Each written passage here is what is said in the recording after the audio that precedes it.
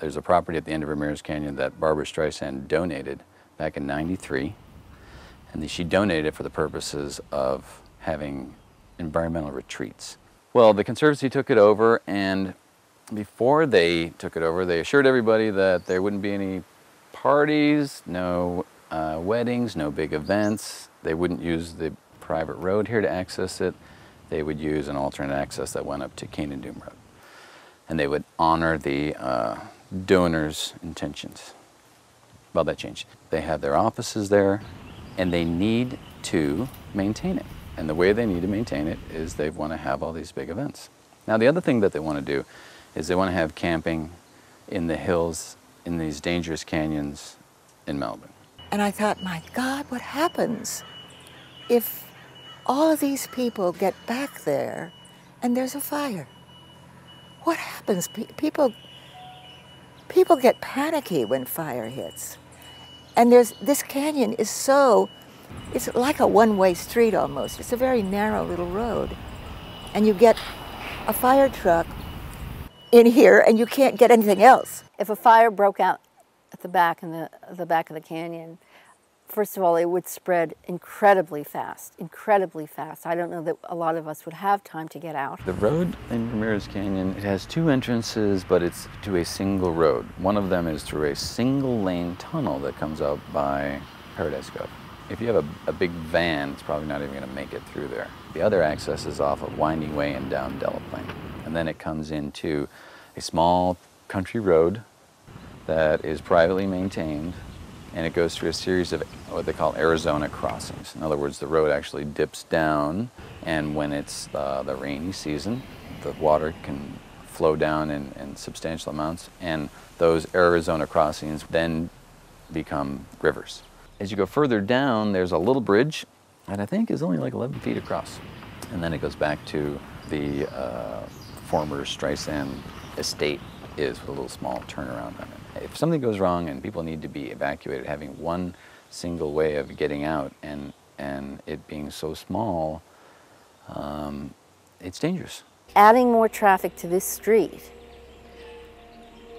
and bringing more people into the park, especially overnight, it's dangerous. It's just dangerous. I think that if you haven't been in a fire, you don't realize what happens. It was probably the most frightening thing that ever happened to me. First of all, it gets dark. You can't see. You know, it's like night without the moon. You can't see anything. Your eyes are burning. You can't breathe easily. It's a very traumatic situation. There's nobody in the country or the world who hasn't seen the footage of the big fires here in Malibu when the Santa Ana winds blow. I work as a firefighter here in Southern California, and I happen to be on a number of these fires, but in particular the Corral fire in 2007. The fire started about 3 or 4 in the morning, and by the time it got done, 50 people lost their homes. You know, the state of California has spent millions and millions of dollars fighting big fires over the last few years. The state is also deeply in the red right now. And the idea that, you know, a state agency is proposing something that, one, is unsafe and has the potential of costing millions more in terms of firefighting seems kind of inappropriate. When I moved in, one of the neighbors who'd been here about 30 years, he took me through the canyon, showed me where the fire roads were, told me I ought to get some fire hoses, which I subsequently did. Talked about how difficult it is to get fire equipment in here. This is where all the big fires happen. And it's not if they're going to happen, but when they're going to happen. Malibu and the Conservancy have always been afraid of development.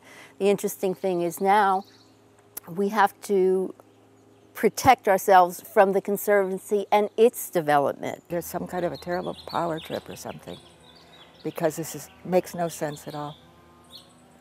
As does the camping, the overnight camping. My God. mind-boggling.